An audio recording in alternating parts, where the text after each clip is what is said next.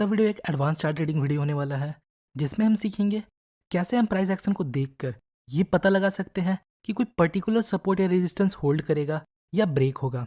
मतलब price support के पास आता है तो क्या प्राइस सपोर्ट से रिवर्स होगा या उसे ब्रेक कर देगा। सिमिलर, अगर प्राइस रेजिस्टेंस के पास आता है तो क्या प्राइस यहाँ से रिवर्स होगा या इसे ब्रेक कर देगा। सो बिना आपका टाइम वेस्ट किए वीडियो को शुरू करते हैं। तो हमारे सामने ये चार्ट है। अब आप बताइए यहाँ हमारा रेजिस्टेंस कहाँ है। तो आप देख सकते हो ये हमारा रेजिस्टेंस लेवल है। नेक्स्ट, अब हमें दिख रहा है प्राइस रेजिस्टेंस को अप्रोच करता है with continuous big green candles, और यहाँ हमें मार्केट बुलिश भी दिख रहा है। नाउ अब आप बताइए क्या आप यहाँ पे लॉन्ग ट्रेड लोगे या शॉर्ट ट्रेड। मार्केट ऊपर जाएगा या नीचे। यही कन्फ्यूज़न हमारे मन में होता है जब प्राइस किसी लेवल को अप्रोच करता है। और आज के स्मॉल वीडियो में हम इसी कन्फ्यूज़न को डिस्कस करेंगे, how to know when support और रेजिस्टेंस विल ब्रेक और होल्ड। तो इसके लिए पहला चीज़ जो हमें समझना है, जनरली सपोर्ट या रेजिस्टेंस के पास हमें तीन तरह के मूव देखने को मिलते हैं।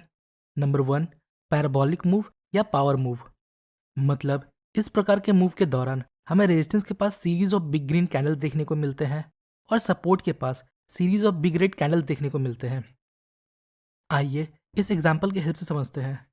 सपोज प्राइस कुछ इस प्रकार से मूव करता है तो यहाँ हमारा रेजिस्टेंस क्या होगा।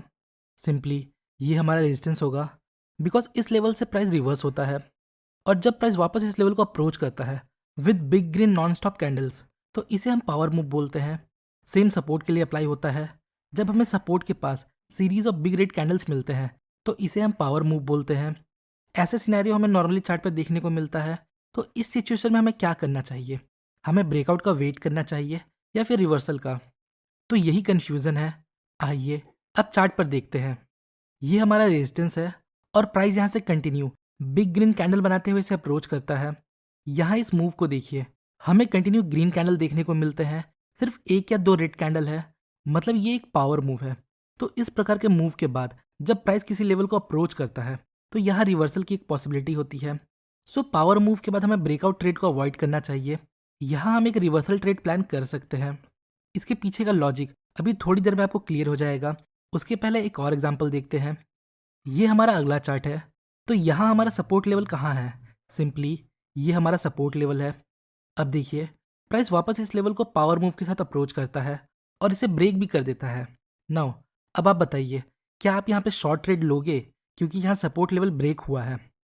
तो आंसर है नहीं, क्योंकि हमने अभी अभी डिस्कस किया जब प्राइस पावर मूव के साथ किसी लेवल को ब्रेक करता है या अप्रोच करता है तो हमें वहाँ ब्रेकआउट ट्रेड को अवॉइड करना है। वहाँ हमें रिवर्सल ट्रेड प्लान करना चाहिए because most of the time ऐसे ब्रेकआउट फेक ब्रेकआउट होते हैं। आइए इसके पीछे का लॉजिक समझते हैं।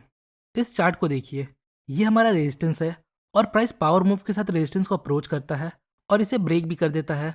जो लोग अभी बिगनर होंगे वो सोचते हैं मार्केट कितना बुलिश है, बड़े बड़े ग्रीन कैंडल बनाते हुए मार्केट रेजिस्टेंस को ब्रेक करता है, मतलब ये एक स्ट्रॉन्ग ब्रेकआउट है और मार्केट अब यहाँ से और ऊपर जाएगा। पर ऐसा बिल्कुल नहीं है।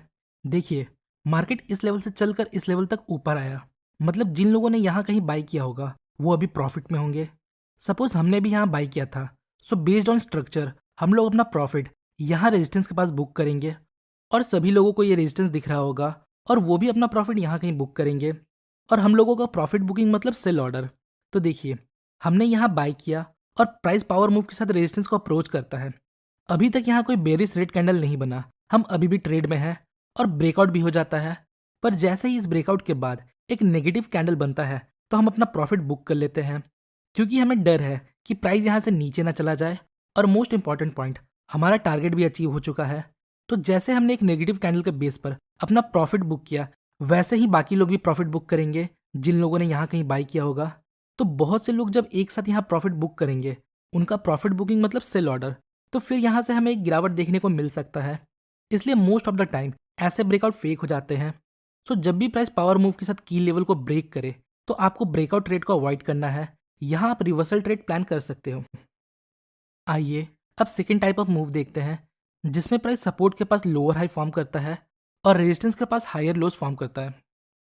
यहाँ देखिए ये हमारा रेजिस्टेंस लेवल है। नेक्स्ट, प्राइस इस लेवल को वापस अप्रोच करता है और जब प्राइस वापस इस लेवल को अप्रोच करता है तो यहाँ हमें हायर लोज देखने को मिलता है। ऐसे मूव के बाद जब मार्केट ब्रेकआउट देता है तो मोस्ट ऑफ द टाइम वो ब्रेकआउट जेन्युइन होता है। हमने असेंडिंग ट्रायंगल पैटर्न के बारे में पढ़ा है, जहां price same level of resistance तक वापस ऊपर जाता है पर सेम लेवल तक नीचे नहीं आता है और हायर लोज फॉर्म करता है। तो यहाँ भी हमें रेजिस्टेंस पर हायर लो मिलता है और जब मार्केट रेजिस्टेंस को ब्रेक करता है तो हमें एक अच्छा खासा मूव देखने को मिलता है। आइए अब नेक्स्ट मूव को देखते हैं, जिसमें प्राइस ब्रेकआउट के पहले सपोर्ट या रेजिस्टेंस के पास थोड़ा टाइम स्पेंड करता है या कंसोलिडेट करता है। देखिए, अगर प्राइस ब्रेकआउट के पहले की लेवल के पास टाइम स्पेंड करता है, फॉर एग्जांपल यहाँ प्राइस इस रेजिस्टेंस के पास एक टाइट रेंज में कंसोलिडेट करता है, मतलब यहाँ न्यू बायर्स एक्यूमुलेट हो रहे हैं। फिर जब मार्केट यहाँ ब्रेकआउट देता है तो ऐसे breakout most of the time real होते हैं।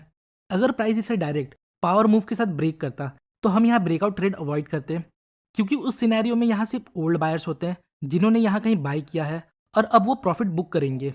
पर जब प्राइस इस रेजिस्टेंस के पास कंसोलिडेट करता है, इसका मतलब यहाँ न्यू बायर्स आए हैं जिन्हें अभी तक कुछ प्रॉफिट नहीं मिला। वो या तो यहाँ अपना स्टॉप लॉस लेंगे या प्रॉफिट का वेट करेंगे। सो होपफुली आपको चीज़ें समझ आ रही होगी। नेक्स्ट मूव को देखते हैं, जो है ट्रैपिंग कैंडल मूव। हमने पढ़ा है जब भी सपोर्ट पर बुलिश पिन बार बनता है तो ये स्ट्रेंथ शो करता है, मतलब प्राइस अब यहाँ से रिवर्स हो सकता है या फिर यहाँ से ऊपर जा सकता है। और जब रेजिस्टेंस के पास बेरिश पिन बार बनता है तो मार्केट वहाँ से नीचे आ सकता है। यहाँ तक तो सब ठीक है, पर कभी कभी ऐसा होता है रेजिस्टेंस के पास हमें इस प्रकार के बुलिश पिन बार मिलते हैं। देखिए, अगर ये कैंडल सपोर्ट के पास बनते हैं तो ये स्ट्रेंथ शो करता है, पर जब ये रेजिस्टेंस पर बनता है तो हम सोचते हैं मार्केट स्क्वीज हो रहा है, प्राइस अब इस लेवल को ब्रेक कर देगा और हम पहले ही लॉन्ग ट्रेड ले लेते हैं। बट बहुत बार क्या होता है, यहाँ एक स्ट्रॉन्ग ग्रीन कैंडल बनने की जगह एक स्ट्रॉन्ग रेड कैंडल बनता है और आपका स्टॉप लॉस हिट हो जाता है। तो इसे ट्रैपिंग कैंडल मूव बोलते हैं। यहाँ देखिए, हमें कुछ ऐसा ही देखने को मिलता है। रेजिस्टेंस के पास हमें bullish pin bar type candle मिलते हैं। तो ऐसे सिचुएशन में आपको हमेशा कंफर्मेशन का वेट करना चाहिए। हाँ, अगर कोई ग्रीन कैंडल इस रेजिस्टेंस को ब्रेक करता तो हम यहाँ बाई कर सकते थे या फिर एक बिग रेड कैंडल के बेस पर यहाँ शॉर्ट ट्रेड ले सकते थे। सो होपफुली गाइस आपको इस वीडियो से थोड़ी इन्फॉर्मेशन मिली होगी। अगर आपको वीडियो इन्फॉर्मेटिव लगी तो वीडियो को लाइक और चैनल को सब्सक्राइब जरूर करें। मिलते हैं नेक्स्ट वीडियो में, तब तक के लिए best of luck for stock journey.